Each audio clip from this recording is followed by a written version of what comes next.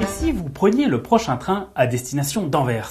À peine 2 heures de Paris pour vous retrouver dans la ville de Rubens, la bourse diamantaire, mais aussi la capitale gastronomique ashkénaze.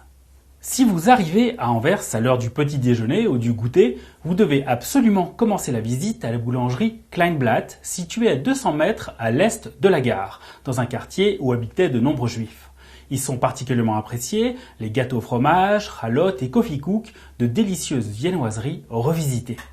À l'heure du déjeuner, un vaste choix s'offre à vous, à 100 mètres à l'ouest de la gare.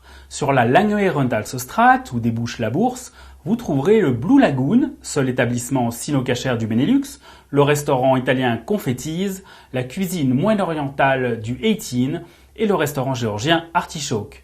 Mais Anvers est surtout une des plus grandes références culinaires ashkénazes d'Europe. En particulier le restaurant de la Bourse et Office à une centaine de mètres où le gefilte fish à la polonaise, c'est-à-dire sucré, et le cholent, la version ashkénaze de la dafina, ne se démodent pas. La vieille ville vous permet, à quelques pas de ces restaurants, de découvrir la maison de Rubens.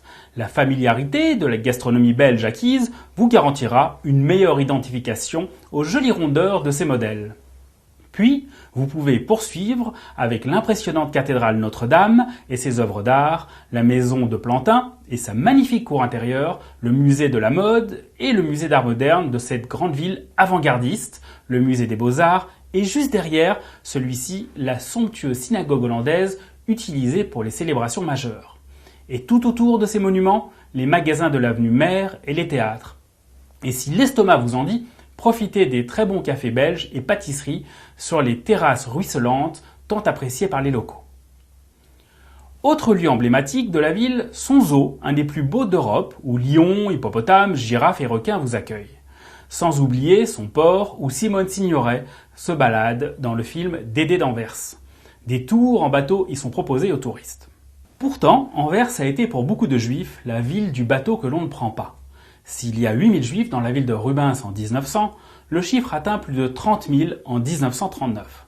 La plupart de ces nouveaux arrivants sont des immigrés d'Europe de l'Est, fuyant l'antisémitisme pour rejoindre l'Amérique par bateau. Mais les quotas américains et surtout la découverte d'une vie très plaisante sur place les motivent à rester. Deuxième paradoxe, la ville que l'on surnomme la Jérusalem du Nord, grâce à sa population orthodoxe ashkénaze et à ses yeshivot, synagogues et écoles juives réputées, a d'abord accueilli des séfarades.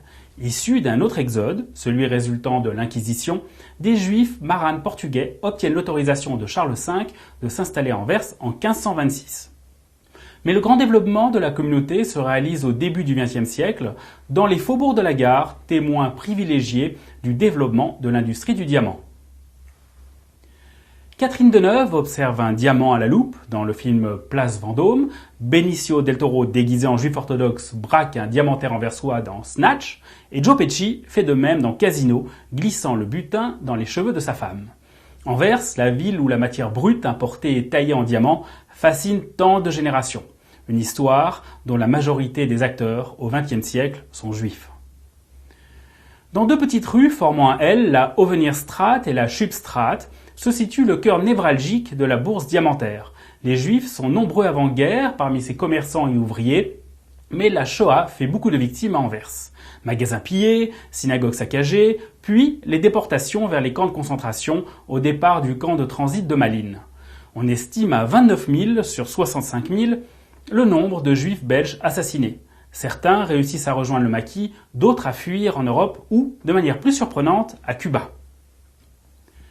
Le documentaire Cuba's Forgotten Jewels, réalisé par Judy Wright, raconte cette fabuleuse histoire de centaines de juifs anversois autorisés à s'installer à La Havane pour y créer une taillerie de diamants.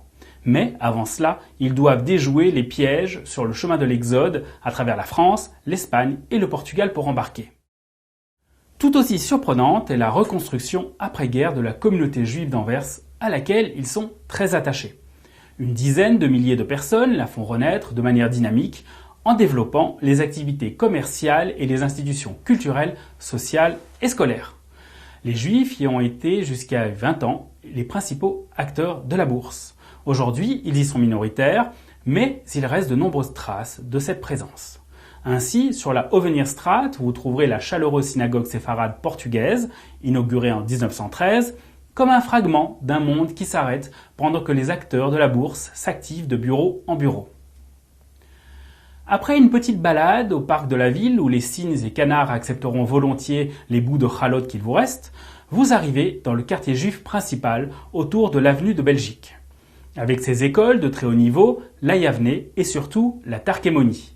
Un grand travail est d'ailleurs effectué depuis plusieurs années par Jan Maas, l'ancien directeur de la Tarkémonie, pour retrouver les noms des victimes de la Shoah, en particulier les enfants, et les inscrire dans l'histoire collective belge.